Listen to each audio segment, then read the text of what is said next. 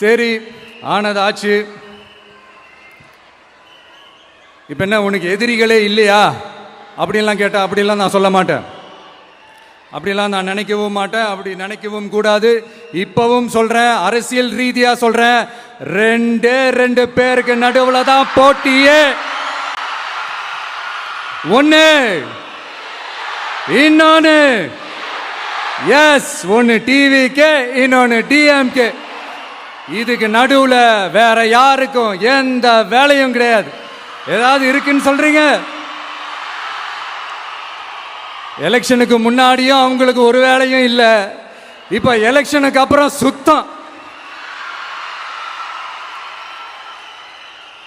ஆனா இந்த திமுகவும் மற்றும் பலரும் ஒன்னா சேர்ந்துக்கிட்டு இந்த விஜயோட ஆட்சி வந்துடக்கூடாதுன்னு சொல்லி ஒரு கூத்து ஒண்ணு பண்ணாங்களே, அந்த கடைசி 5 நாள், அடாடாடாடாடா, நமக்கெல்லாம் ஓஹோ இப்படியெல்லாம் கூட நடக்குமோ என்ன கூத்துங்கிறீங்க.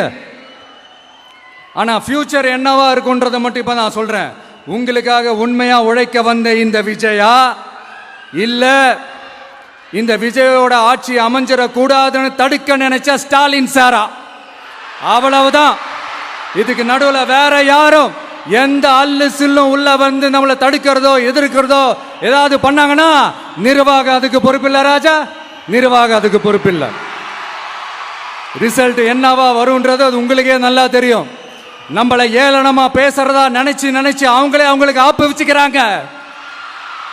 திமுக நம்மளை தடுக்க, திமுக நம்மளை எதிர்க்க, திமுக நம்மளை அவமானப்படுத்த அத்தனையும் நமக்கு நன்மையே.